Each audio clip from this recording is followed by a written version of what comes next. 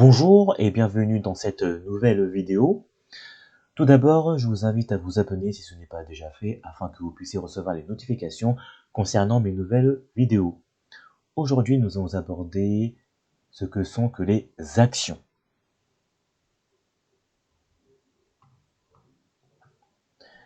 Alors, qu'est-ce qu'une action? Une action représente une fraction du capital de l'entreprise. Alors, il est utile de rappeler ce que c'est que le capital. Le capital est la somme d'argent apportée par les associés ou les actionnaires. Et le capital est constitué dès la création de l'entreprise. La somme d'argent est ainsi bloquée uniquement pour les besoins de l'entreprise. Enfin, cette somme sera restituée en cas de dissolution de l'entreprise. Il peut y avoir deux cas. Soit il peut y avoir un arrêt volontaire de l'activité de l'entreprise, ou soit il peut y avoir un arrêt contraint de l'activité de l'entreprise. En cas de dissolution de l'entreprise, les associés ou les actionnaires pourront récupérer le capital constitué. Toute personne peut détenir des actions d'une entreprise. Il peut s'agir des personnes physiques ou des personnes morales.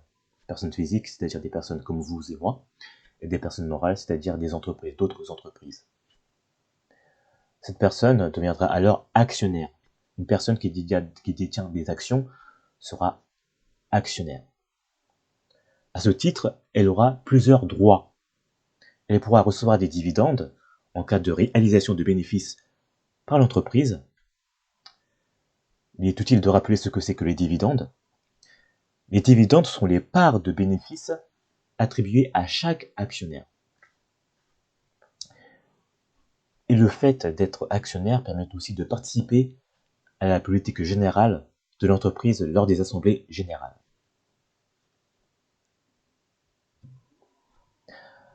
Tout de même, le plus grand risque en étant actionnaire est que ce dernier peut perdre tout ou partie son investissement. En cas de faillite de l'entreprise ou en cas de baisse du cours de l'action, c'est-à-dire de sa valeur. Parfois, la valeur de l'action peut baisser, et ce qui peut entraîner un faible retour sur investissement. Et aussi, nous pouvons distinguer deux types d'actions. Nous avons les actions cotées en bourse et les actions non cotées en bourse.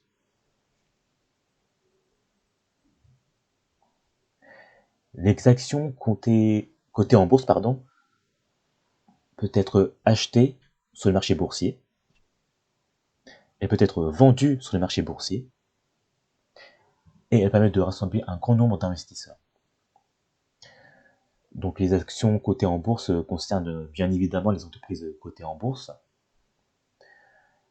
De ce fait, les entreprises cotées en bourse pourront lever des fonds plus importants, car ils sont dans un marché boursier justement, où il y a plusieurs investisseurs, de gros investisseurs, et ils pourront justement vendre des actions afin de financer leur développement et leur extension.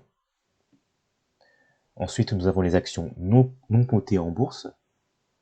Par contre, ces actions ne peuvent pas être achetées sur le marché boursier, et elles ne peuvent pas être vendues sur le marché boursier. Et les transactions ne se font pas par l'intermédiaire d'un marché, mais elle se fait directement auprès des investisseurs.